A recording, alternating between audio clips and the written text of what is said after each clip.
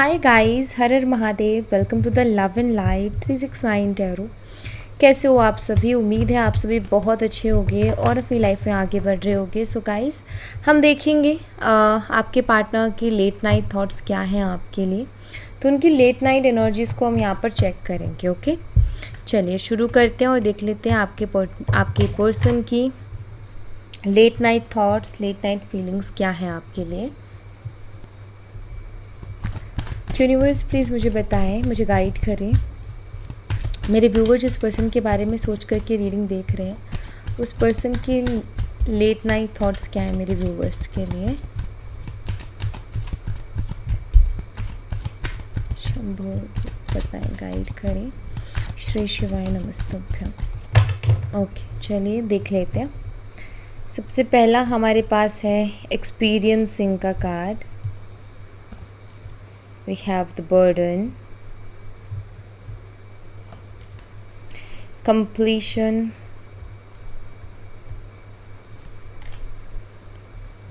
existence, and यहाँ पर है postponement.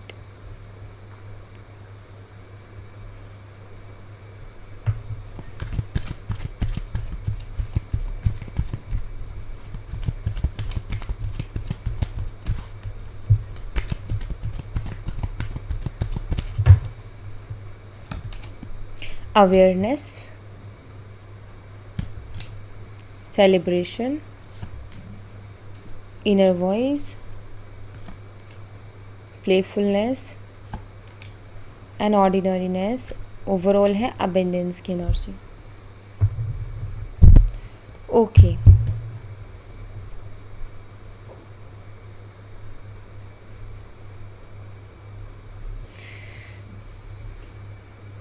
सो इनको क्लैरिफाई करते और क्लैरिफाई करके मैं आपको बताती हूँ कि क्या चल रहा है। तो यहाँ पर सबसे पहले एक्सपीरियंसिंग की एनर्जी है।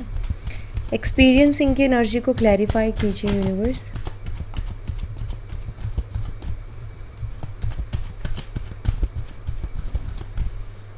एक्सपीरियंसिंग की एनर्जी को क्लैरिफाई कर रहे हैं 7 ऑफ कप्स का कार्ड। ओके, देखिए मुझे यहाँ पर ऐसा दिखाई देता है कि आपके पर्सन ना हमेशा आपको लेकर के, इस रिश्ते को लेकर के हमेशा बहुत कंफ्यूज रहे। कोई क्लियर माइंडसेट नहीं, आपको कोई क्लियरिटी इन्होंने इस रिश्ते में नहीं दी। यहाँ तक कि कुछ लोगों के लिए, सबके लिए नहीं, बट कुछ लोगों के लिए ऐसा भी रहा है कि इन्होंने हो सकता है मल्टीपल रिलेशंस में डील किया हो, या और लोग आपसे रिलेशनशिप में होते हुए और भी लड़कियाँ या और भी लड़कों से इन्होंने बात की या फिर फ्लर्ट वगैरह बहुत किया। ठीक है, अभी देखो आपके पर्सन देखो बहुत कुछ एक्सपीरियंस कर रहे हैं भाई अपनी लाइफ में। ठीक है, इनको रियलाइज़ भी होता है कि इन्होंने क्या किया क्या नहीं किया, और बहुत कुछ एक्सपीरियंस भी ये करते हुए मुझे नज़र आ रहे हैं। खुद की लाइफ में बहुत कुछ एक्सपीरियंस कर रहे हैं, अकेले पड़ चुके हैं टोटली। मुझे लग रहा है कि जिन लोगों के लिए इन्होंने आपको छोड़ा, मे बी वही लोग इनको जो है रियलाइज़ करवा रहे हैं आपकी इम्पोर्टेंस को, इस रिश्ते की इम्पोर्टेंस को। और भी बहुत सारी चीज़ें। एक्सपीरियंसिंग का मतलब है कि बहुत सारी चीज़ों को एक्सपीरियंस करना, बहुत सारी चीज़ों को लाइफ में। अगर आप देखो इस कार्ड को, तो कार्ड बताता है इंसान परेशान है, ये इंसान दुखी है, ये इंसान थक चुका है, ये परेशान हो चुका है लोगों के रंग देख देख करके कि लोग कैसे कैसे होते हैं और क्या क्या करते हैं। तो यहाँ पर मुझे दिखाई दे रहा है कि आपके जो पार्टनर है वो भी कहीं ना कहीं बहुत ज़्यादा थक चुके हैं और बहुत बुरे हालातों से अभी गुजर रहे हैं, ये मुझे दिखाई देते हैं। हाँ, मैं ये कहूँगी कि आपके जो पार्टनर है बहुत कुछ अभी अपनी लाइफ में एक्सपीरियंस कर रहे हैं। ठीक है, और इनको समझ में भी आ रहा है कि ये जो आपके साथ जो रिश्ता है उसकी इम्पोर्टेंस भी इनको समझ में आ रही है।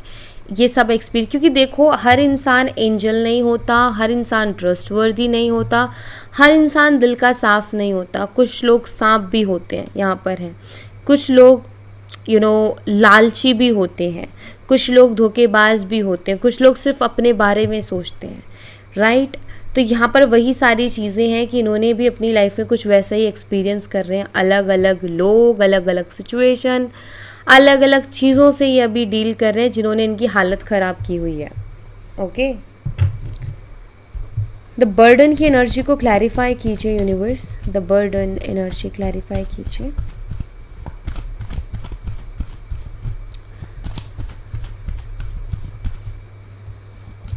यहाँ पर है 8 ऑफ कप्स। देखिए आपके जो पार्टनर हैं आपको छोड़ कर के गए, खुद ही गए, खुद की मर्ज़ी से गए।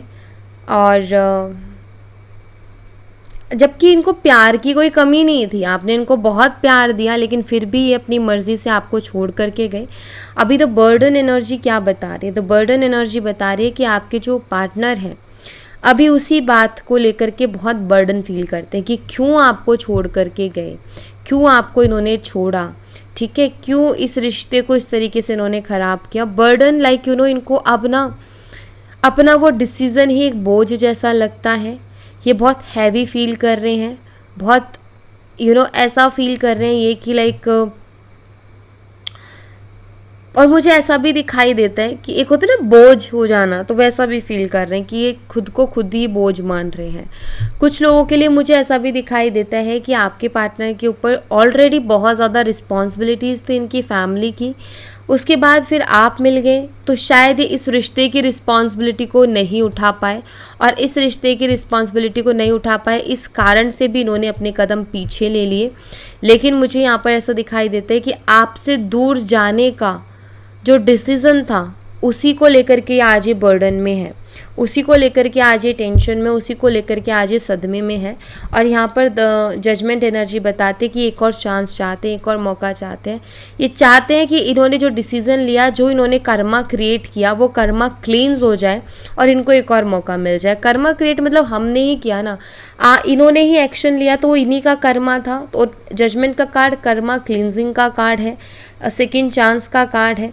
तो यहाँ पर कहीं ना कहीं आपके जो पार्टनर है वो भी यही चाहते हैं कि मेरा जो कर्मा था वो क्लींस हो जाए और मुझे एक और मौका मिले ज़िंदगी में, एक और मौका मिले इस रिश्ते में, ठीक है। यहाँ पर है कैंसर, स्कॉर्पियो, पाइसेस, कर्क, मीन और वृश्चिक राशि, and again water sign Cancer, Scorpio, Pisces. Completion की एनर्जी को क्लैरिफाई कीजिए यूनिवर्स।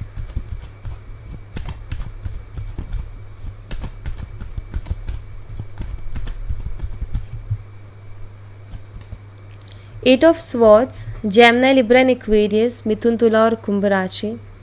आपके पार्टनर बहुत ही बुरी तरीके से स्टक हो चुके हैं अपनी लाइफ में, नहीं समझ आ रहा क्या है। हाँ, यहाँ पर कंप्लीशन ज़रूर है, लेकिन मुझे ऐसा दिखाई देता है कि आपके बिना वो एक अधूरेपन से अभी गुजर रहे हैं, ठीक है। उनको अपनी लाइफ बहुत अधूरी अधूरी सी लग रही है, ऐसा मुझे दिखाई देता है। हाँ, उनको अपनी लाइफ कंप्लीट लगेगी अगर आपका साथ फिर से मिल जाए, या इस रिश्ते में अगर फिर से बैलेंस बन जाए तो ओके। तो मैं यहाँ पर देख रही हूँ कि आपके जो पार्टनर हैं बहुत ही बुरी तरीके से स्टक हो चुके हैं।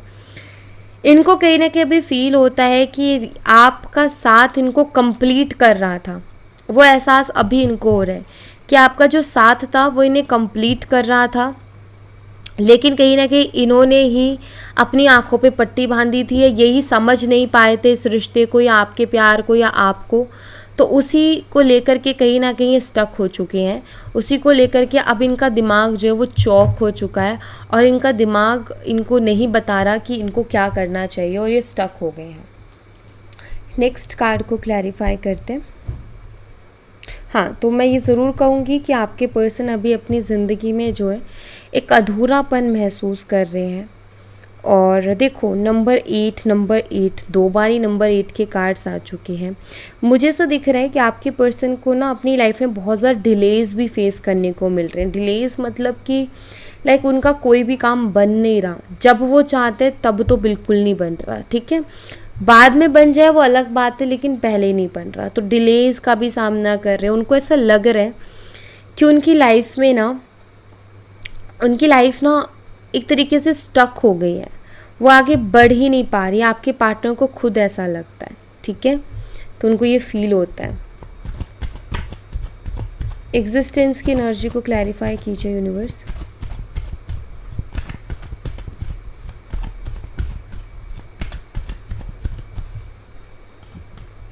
यहाँ पर है 2 ऑफ वॉन्ड्स एंड यहाँ पर है 9 ऑफ वॉन्ड्स की एनर्जी एंड 10 ऑफ पेंटिकल। देखिए आपके जो पार्टनर है ना, ये व्यक्ति, ये इंसान आपके बारे में अभी देखो एग्जिस्टेंस को 2 ऑफ वॉन्ड्स क्लैरिफाई कर रहे हैं, मतलब वो सोच रहे हैं अपनी एग्जिस्टेंस के बारे में। किसके? यहाँ पर 10 ऑफ पेंटिकल है। मुझे ऐसा दिखाई दे रहा है कि आपके पार्टनर सोच रहे हैं कि आपकी लाइफ में कहीं ना कहीं ये एग्जिस्ट करते भी हैं कि नहीं करते हैं, या आपने इनको पूरी तरीके से हटा दिया है अपनी ज़िंदगी से, आपने पूरी तरीके से बाहर निकाल दिया है अपनी ज़िंदगी से। आप इनको याद करते भी होगे कि नहीं करते होगे, आपके दिलो दिमाग में ये पर्सन रहता भी होगा कि नहीं रहता होगा, ये कहीं आपकी लाइफ में एग्जिस्ट करते होंगे कि नहीं करते होंगे, ये इस बारे में बहुत ज़्यादा सोच रहे हैं। क्यों? देखो यहाँ पर 9 ऑफ वॉन्ड्स की भी एनर्जी है। आपके पर्सन को ना बहुत अच्छे तो फीलिंग्स नहीं आ रही है, बहुत अच्छा फील नहीं हो रहा है, और उसके पीछे कारण ये भी है कि उनकी लाइफ में अभी कुछ अच्छा नहीं चल रहा। तो जब लाइफ में कुछ अच्छा नहीं चलता ना, तो हम अच्छा सोच भी नहीं पाते हैं, राइट? हमें पॉजिटिव थॉट्स नहीं आते हैं। तो 9 ऑफ वॉन्ड्स लाइक ये अकेले पड़ चुके हैं टोटली, ठीक है। और अब ऐसे में जब ये आपके बारे में सोचते हैं तो उनको ऐसा लगता है शायद आपको इन्होंने इतना परेशान किया है कि अब आप इनको अपनी ज़िंदगी में रखना ही नहीं चाहते हो। ऐसी फीलिंग्स इनको आती हैं आपके बारे में सोच करके। लॉन्ग डिस्टेंस रिलेशनशिप भी हो सकता है आप दोनों का हो। पोस्टपोनमेंट की एनर्जी को क्लैरिफाई कीजिए यूनिवर्स।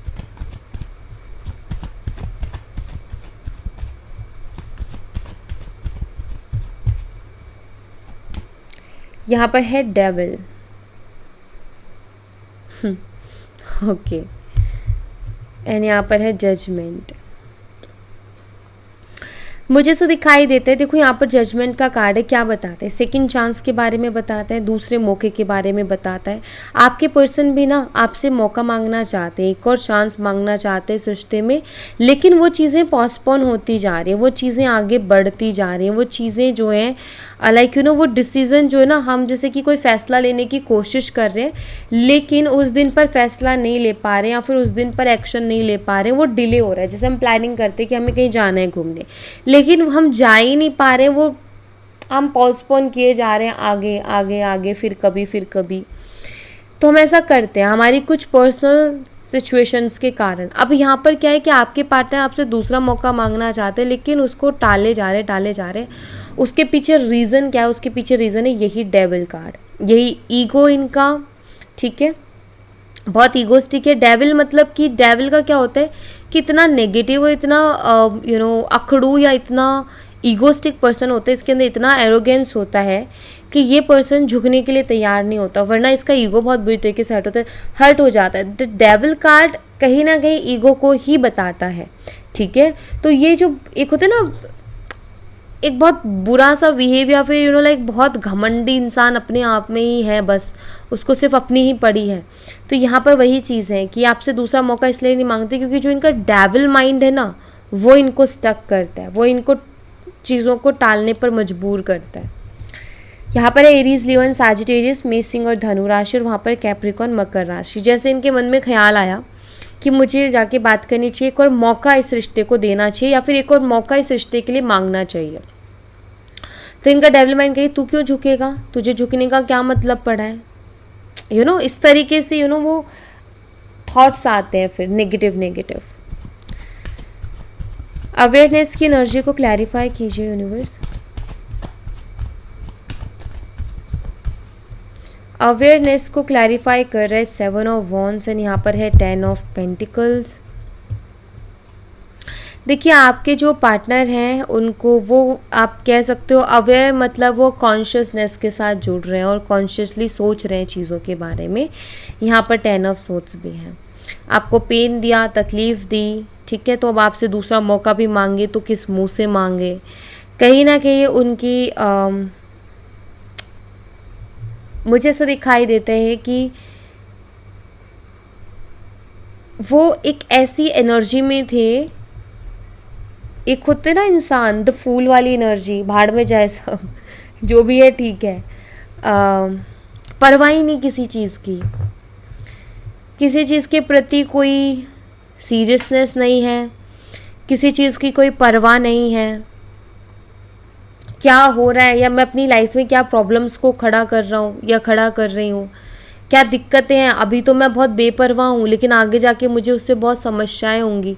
ये मतलब आपके जो पार्टनर उनकी अवेयरनेस अपने आप को लेकर के बढ़ रही है कि मैं जो ये लापरवाहियाँ कर रहा हूँ ना, या जो मैं ये लापरवाहियाँ कर रही हूँ, ये आगे जाके मेरे सामने बहुत बड़ी मुसीबत के तौर पे खड़ी होंगी, जहाँ फिर मुझे अकेले ही इनको फेस करना पड़ेगा।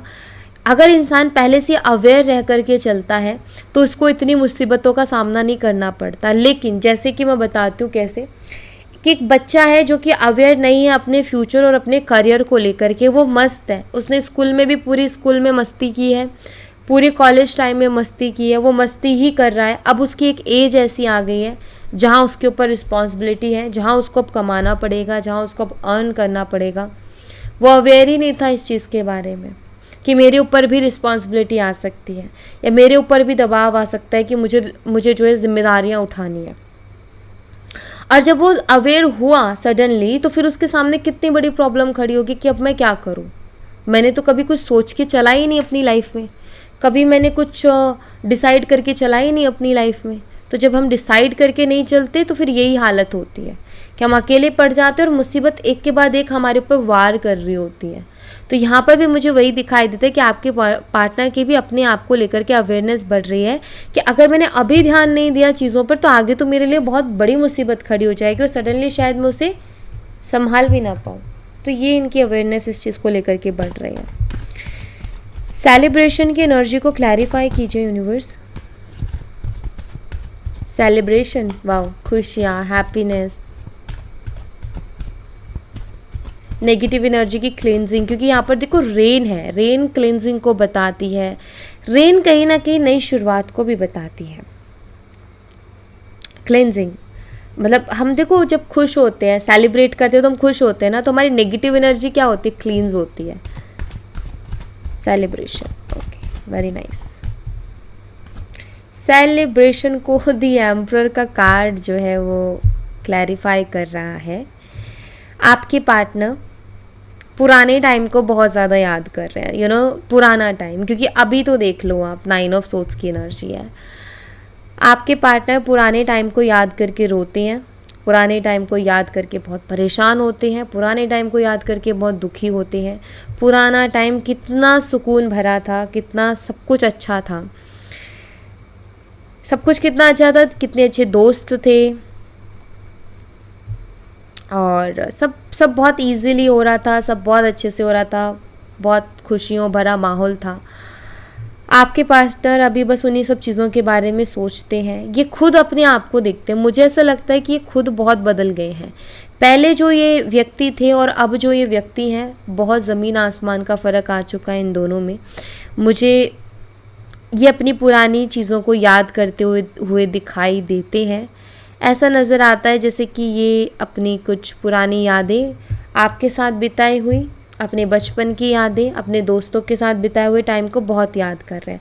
जब इंसान अकेलेपन में होता है ना, तो वो ऐसे ही याद करता है। जब इंसान बहुत अकेला महसूस करता है ना, तब वो पुरानी चीज़ें याद करता है हमेशा। तो ये एक इमोशनल एनर्जी है। तो ये मुझे पुरानी चीज़ों को याद करते हुए नज़र आ रहे हैं। इमोशनल टाइम चल रहा है आपके पर्सन का। मुझे लगता है पुरानी चीज़ों को याद करके रोने भी लग जाते हैं। देखो द एम्परर, मुझे ऐसा दिखाई देता है कि इंसान ना एक सॉलिड पर्सनालिटी, कि मुझे कोई फ़र्क नहीं पड़ता। उसके अंदर भी एक इमोशन है जहाँ बहुत फ़र्क पड़ता है, लेकिन ये शो नहीं करते। मुझे लगता है कि ये अपने इमोशंस को एक्सप्रेस करना भूल गए हैं, ये अपने इमोशंस को बाहर सामने रखना भूल गए हैं। ईगो हावी हो गया उन इमोशंस पर। क्या हो गया, ईगो हावी हो गया। इनर वॉइस की एनर्जी को क्लैरिफाई कीजिए universe.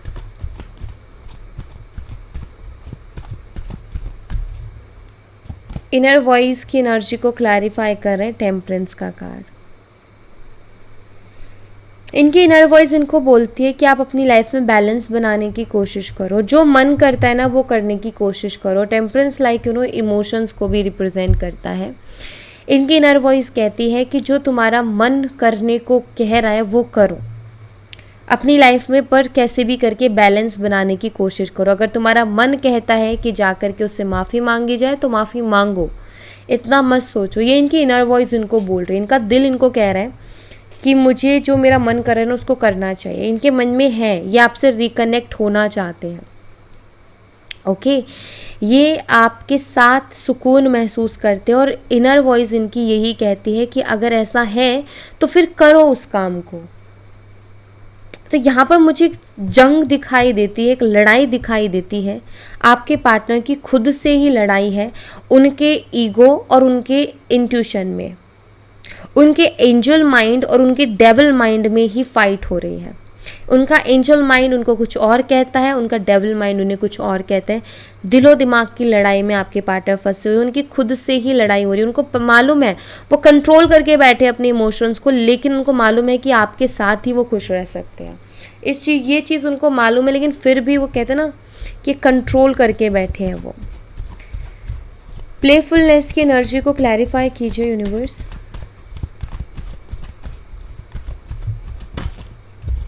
King of wands and two of cups. आपके पार्टनर बहुत प्लेफुलनेस वाली एनर्जी में रहे, और वही मैंने आपको भी थोड़ी देर पहले बताया था, ये जो मैं अवेयरनेस का क्लियर कर रही थी ना, ये भी एक प्लेफुलनेस वाली एनर्जी होती है कि इंसान प्लेफुलनेस एनर्जी में होता है, सीरियस नहीं होता किसी भी चीज़ के लिए, और एक दिन फिर वो बहुत मुसीबत में आ जाता है और उसके ऊपर चारों तरफ से दबाव आ जाता है और वो एंजाइटी, डिप्रेशन और बस अब ख़त्म है। तो वो वाले सीन के अंदर से सारी फीलिंग्स मर जाती है, क्योंकि जब हमें पता है, हमें जब एक डायरेक्शन मालूम होती है और हम उस पर चलते हैं तो धीरे धीरे हमारे काम बनते रहते हैं समय के साथ। अब एक तो है कि समय के साथ काम बन रहे और एक है कि एकदम से रिस्पॉन्सिबिलिटी आ गिरी हमारे सर पर, तो फिर क्या होगा?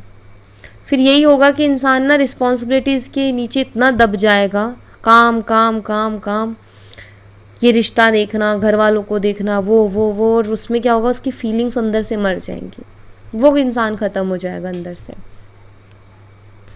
तो यहाँ पर कहीं ना कहीं playfulness and king of wands, आपके पार्टनर की एनर्जी बदल रही है। प्लेफुलनेस एनर्जी से वो एक सीरियस एनर्जी में आ रहे हैं, किंग ऑफ वॉन्ड्स की एनर्जी में आ रहे हैं। आपके जो पार्टनर हैं उनको भी ये फील होता है कि अब इस प्लेफुलनेस एनर्जी में रह करके कुछ नहीं हो सकता। अगर ये प्लेफुलनेस एनर्जी में रहा या रही तो मैं अकेले ही रह जाने वाला हूँ अपनी ज़िंदगी में। अगर मुझे एक ब्यूटीफुल कनेक्शन चाहिए तो अपने इस प्लेफुलनेस वाली एनर्जी को बदलना पड़ेगा, साथ ही साथ दूसरे को ब्लेम करना बंद करना पड़ेगा, कुछ चीज़ों की रिस्पॉन्सिबिलिटी खुद उठानी पड़ेगी। आदत रही है इनकी दूसरों को ब्लेम करने की, लेकिन अब इनको समझ में आ रहा है कि दूसरों को ब्लेम करके कुछ नहीं होने वाला। अगर अब कुछ चीज़ें अच्छी चाहिए ना तो खुद ही रिस्पॉन्सिबिलिटी उठानी पड़ेगी और दूसरों को ब्लेम करना बंद करना पड़ेगा, वरना ज़िंदगी भर मैं ब्लेम करता रह जाऊंगा और अकेला रह जाऊंगा, ये इनको फील होता है। ओके, ऑर्डिनरीनेस की एनर्जी को क्लैरिफाई कीजिए यूनिवर्स।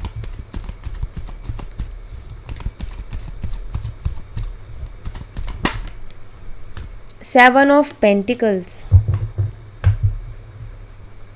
एंड यहाँ पर है नाइट ऑफ वॉन्ड्स।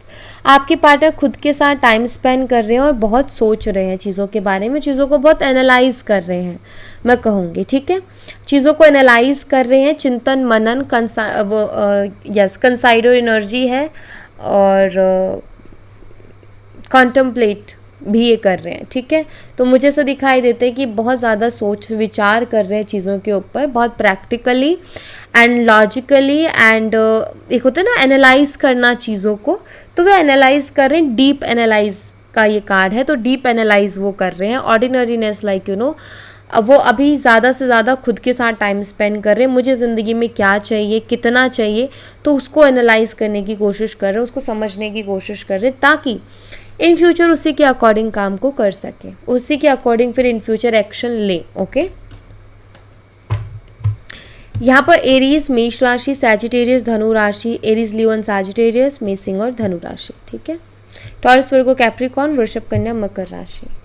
गाइस मैं ना एनर्जी रीड करने में ना मैं भूल जाती हूँ कि मैंने साइन नहीं बताए, तो मतलब कार्ड आते हैं और मैं एनर्जी एक्सप्लेन करने लग जाती हूँ, मेरे दिमाग से निकल जाता है कि मुझे साइन भी बताना है, तो उसके लिए आई एम सॉरी। अबंडेंस की एनर्जी को क्लैरिफाई कीजिए यूनिवर्स।